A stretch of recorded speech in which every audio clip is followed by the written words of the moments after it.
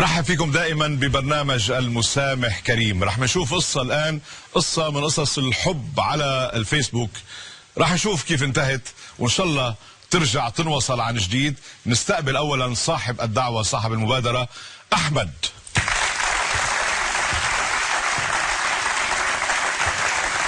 أهلا بأحمد. تفضل حبيبي، تفضل أحمد. أحمد صاحب شركة عمره 37 سنة ما شاء الله. الله يخليك. شركة شو عندك؟ أنا شركة تواصل وإعلاميات. إعلاميات. وين؟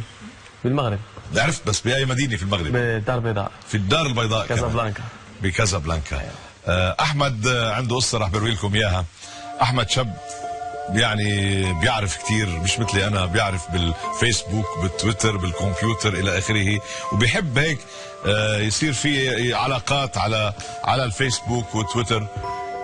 بقى تعرف على فتاة جميلة وحلوة وكويسة عبر الفيسبوك. صار في كلام، صار في موعد، صار في لقاء، صار في حب وغرام.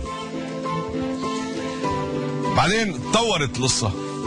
بعد هذه العلاقة تطورت إلى علاقة جدية. الأخ أحمد طلب يدها، خطبها وصاروا خطيبين، ودخل على بيتها. أهلها حبوه واستمرت العلاقة، تطورت وتواعدوا بالزواج.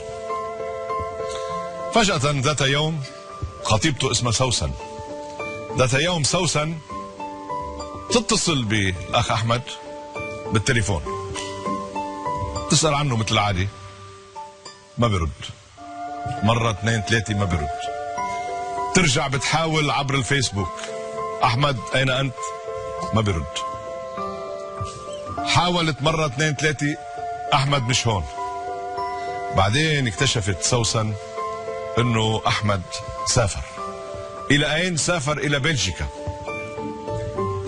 راح أحمد، طبعا زعلت سوسن، كسر خاطرها، كانت مغرومة فيه وناوية على الزواج، وهي وأهلها كلهم عارفين إنه راح يتزوجوا قريبا. وإذ اختفى توارى عن الأنظار، هي كذبت على أهلها، قالت لهم أنا فسخت خطوبتي معه، بس ما قالت لهم إنه سافر من دون ما يعطيني أي خبر. أحمد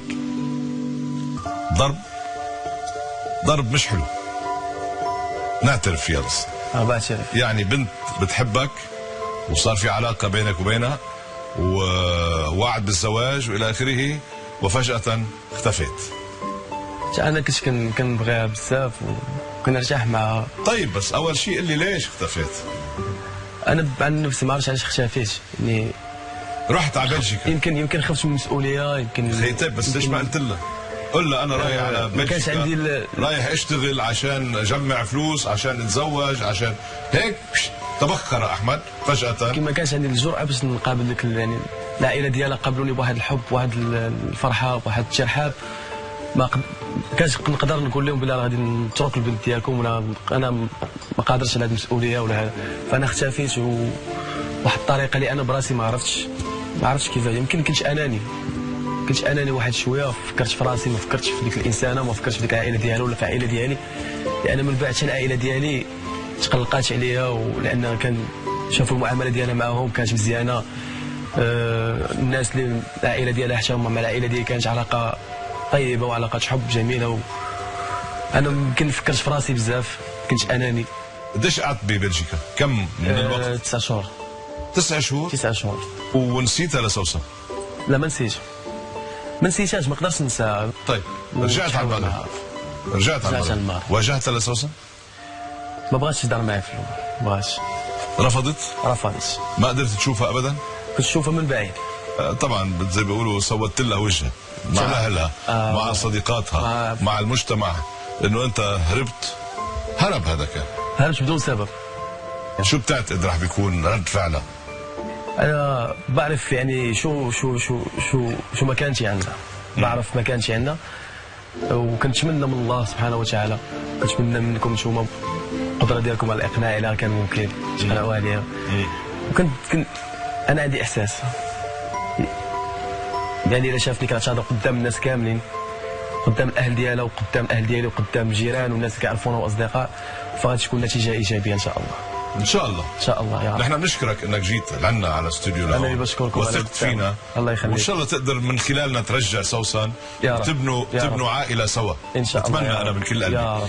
انا من جهتي بعثت الرساله الى سوسن، خلينا نشوف اذا وصلت لها واذا وافقت سوسن على المجيء. أستاذ جورج، احنا الآن كنتواجدوا بدار بوعزة وغنمشيو باش نقلبوا على الدار ديال سوسن بروز باش نسلموا هاد الدعوة ديالها. أجيو معايا نشوفوها واش كاينة.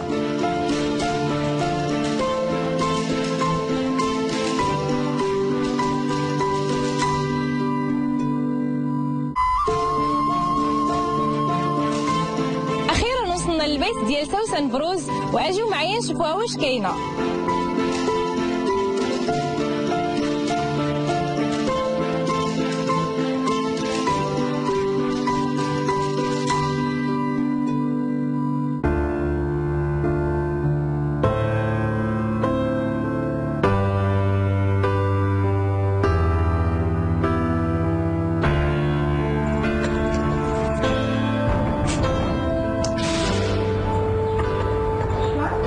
قريب. السلام عليكم. السلام عليكم لاله. السلام. سوسن بروز ديالك؟ نعم. لاباس عليك؟ كلشي مزيان؟ الحمد لله. الحمد لله. الوالده نتاعك اسمها صوفيا مؤمن. لاله سوسن، حنا عندنا لك واحد الدعوه من عند الاستاذ جورج قرداحي. هيا. شنو شي مسابقه هذه؟ واخا. قبل الدعوه ديال الاستاذ. ان شاء الله. ان شاء الله لاله، شكرا بزاف. ميرسي.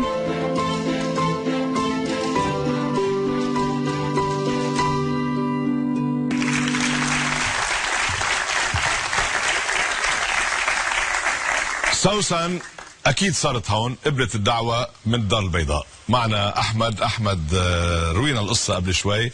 احمد تعرف على سوسن من خلال الفيسبوك، صار في حب، صار في علاقه، صار في خطوبه، ثم فجاه بعد هذه العلاقه كلها وكانوا مقدمين على الزواج، الاخ احمد راح على بلجيكا من دون ما يخبر سوسن. طبعا سوسن زعلت وارتبكت والى اخره، وخبرت اهلها، قالت لها انه هي فسخت الخطوبه. وهلا بعد ما رجع من بلجيكا احمد سمعتوا روايته، قال انه ما كان في شيء ولا كان في اي علاقه مع حدا، ما كان في بنت اخرى غير سوسن بحياته. قعد 7 اشهر ببلجيكا، اشتغل، بيقول جمع شويه فلوس، رجع بده يتزوج سوسن، بده يحاول يرجعها. نحن راح نساعده اذا قدرنا. هلا بدنا نرحب بسوسن من المغرب.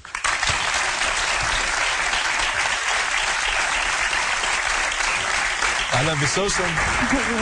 اهلا بسوسن. كيف احوالك؟ الحمد لله. وانت؟ طمنينا، ما شاء الله عليكي. الحمد لله. شو اخبارك؟ هو كيف كازابلانكا؟ كيف المغرب الحبيب كله، الاهل كلكم بخير؟ كلهم كيسلموا عليك. تسلم. شكرا. ربنا يخليك. خبريني كيف شغلك، بتشتغلي انت؟ ماشي الامور؟ الحمد لله. شو بتشتغلي؟ بعمل موديل وبشتغل اوتيس داكوي. حلو. سوسن، تتساءلي يمكن ليش جيتي لهون؟ بدي اتشكرك انك جيتي اولا.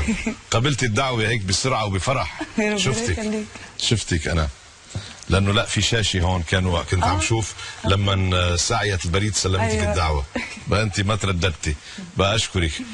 خبريني شوي عن وضعك الاجتماعي، عائلتك من شو مؤلفه؟ عندك اخوه، عندك اخوات؟ الوالد والوالده موجودين عايشين؟ الحمد لله. بقى كم اخ وكم اخت عندك؟ احنا بنتين وولدين. نعم ما شاء الله، 4 يعني، بنتين وولدين. حلو. قالوا لي كنت مخطوبه؟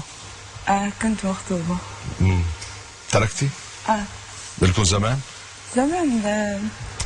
مين قال لك؟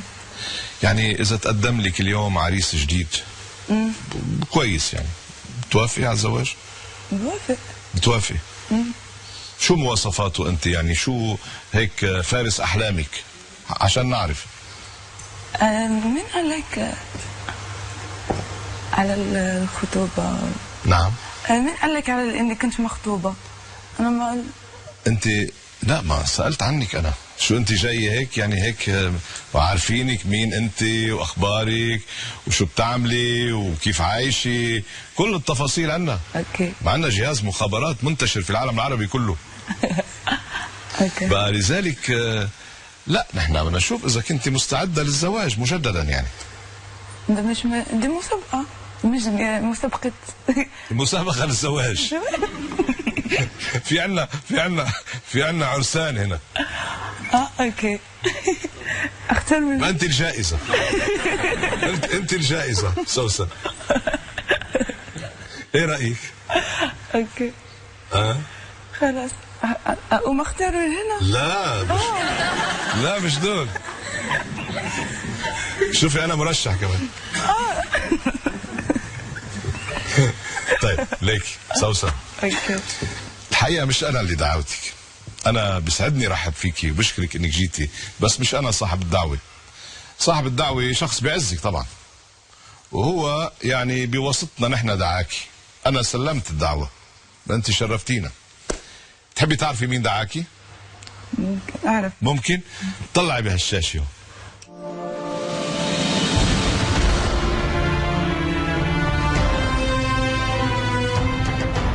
احمد.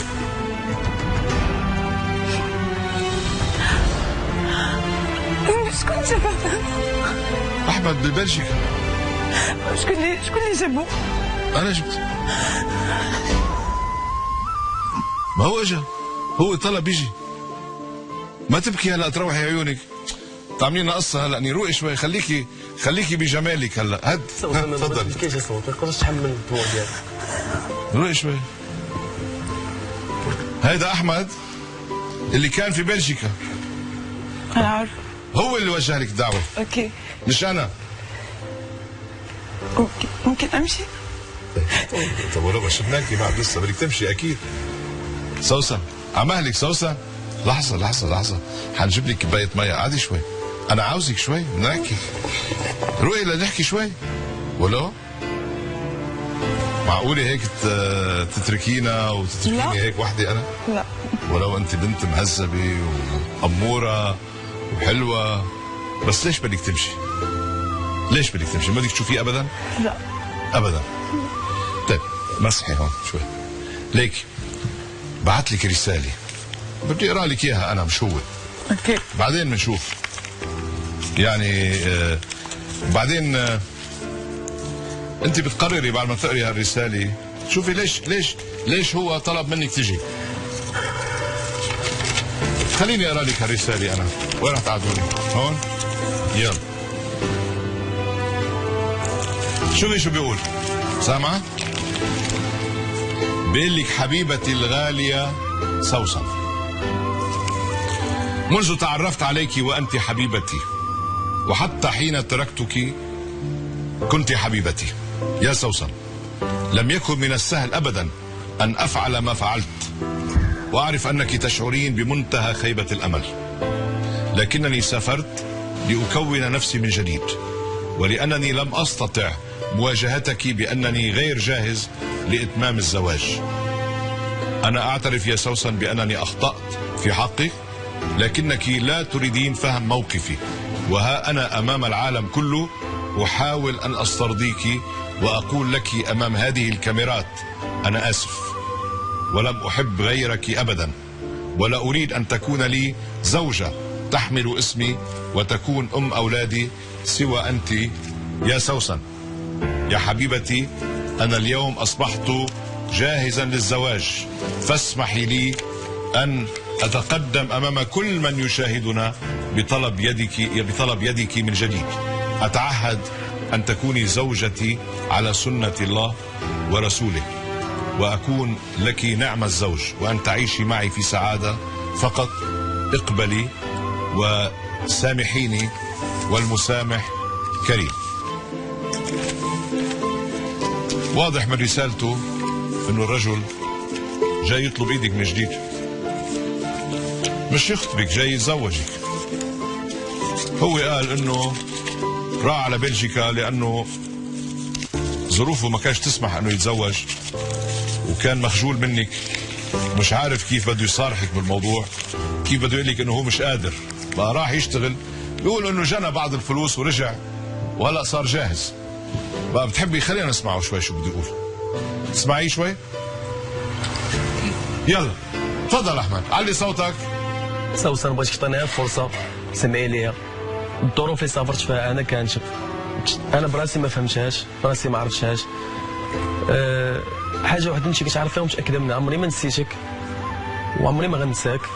كنتي الانسانه الوحيده في حياتي، اقسم لك يمين كنتي الانسانه الوحيده في حياتي. سافرت ندمت، ما قدرتش نبدا حياتي بلا بك.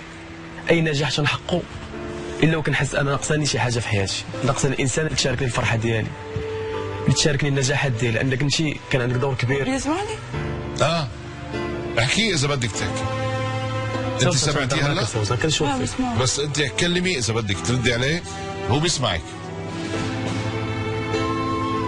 انت عجبك هذيك الحاله اللي درتي؟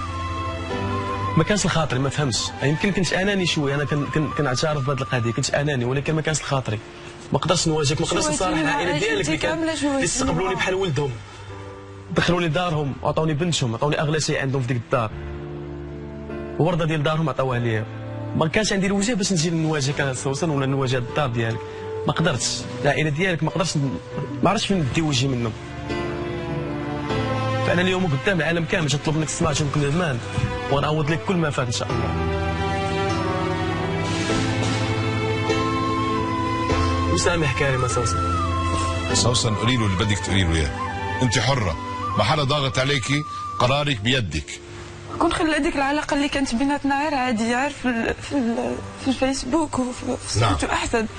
كل ما طورهاش بحال هكاك وما جاش عندنا كاع للدار، حيت شواني مع دارنا لدرجه انني ولات عائلتنا فين نجمع كيبداو يهضروا عليا، كيبداو يقولوا سوسن جا هذاك خطبه وصافي راه مشى، ما بقاش بغاها. انا ما غنسامحش اللي غنمشي. مش هتسامحي؟ نمشي. خليكي شوي لنشوف ليك هو عم بيقول انه مش بارادته، يعني رجل هو ضاع. انا كلمته قبل ما توصلي انت، سمعت له، هو قال انه ضاع، توتر، هرب من المسؤوليه لانه مش قادر كان يتزوج، وكان خايف يقلك انه مش قادر يتزوج، هيك قال هو. بقى اذا انت بعد عندك عاطفه له، اذا انت بعدك بتفكري فيه، فكري انت اذا بتلاقي حالك انه بيعز عليكي هذا الانسان. كان دابا لا، هلا لا خلص، يعني ما بقى تفكري انك تبني مستقبل معه.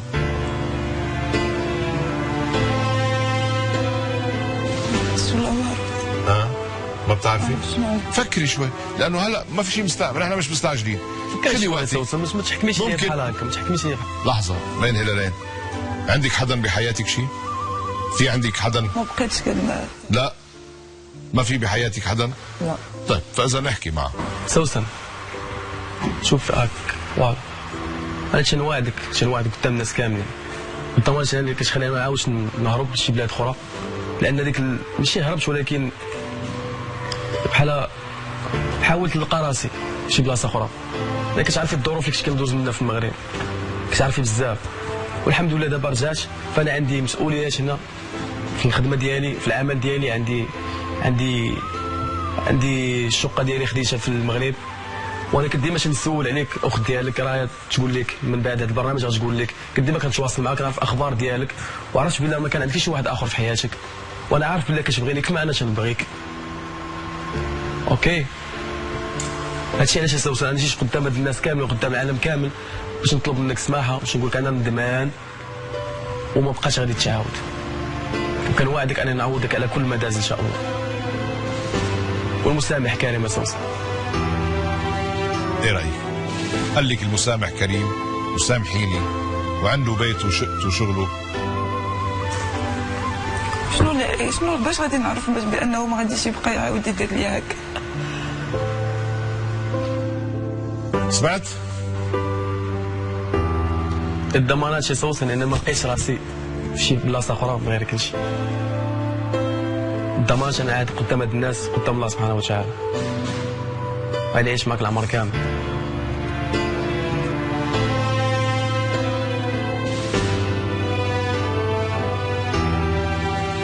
شو رايك سوسن؟ عرفت شو والله. اي رايك؟ انت يعني صفي عقلك وذهنك وخذي قرارك بوضوح. هل هذا الشاب بيعني لك بعده؟ هل له معنى بحياتك بعد؟ جاوبيني على السؤال هذا اولا. اوكي. بيعني لك؟ طيب يعني عندك ثقة بكلامه؟ شوية. هل هيك حسيتي بشوق لإله لما كنتوا منفصلين؟ حسيتي بشوق؟ ليك بدأ الانشراح على وجهه. واحد لئيم هذا.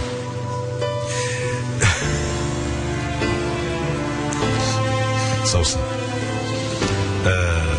هو موجود بالاستوديو، في هالستار بينك وبينه، بتحبي تقولي له انا مسامحتك والمسامح كريم يكون عال، ما بتحبي ترجعوا كل واحد لوحده الى المغرب.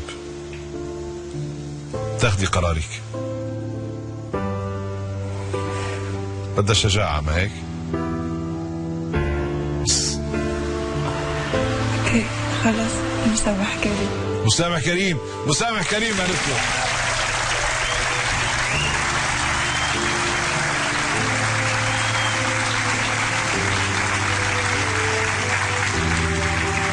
أنا بحبها هون.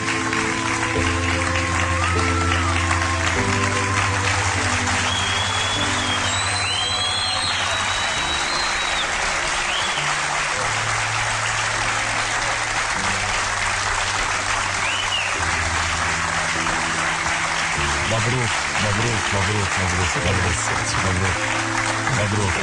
بس ليك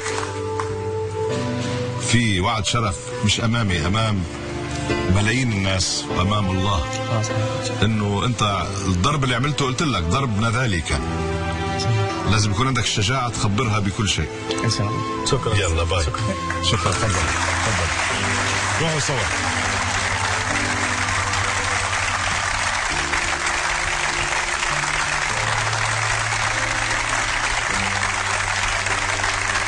يعني في مثل بالفرنسي بيقول حلوة كتير القصص اللي بتنتهي بفرح بسعادة. بقى بتمنى لهم كل التوفيق وإلى قصة جديدة مع المسامح كريم.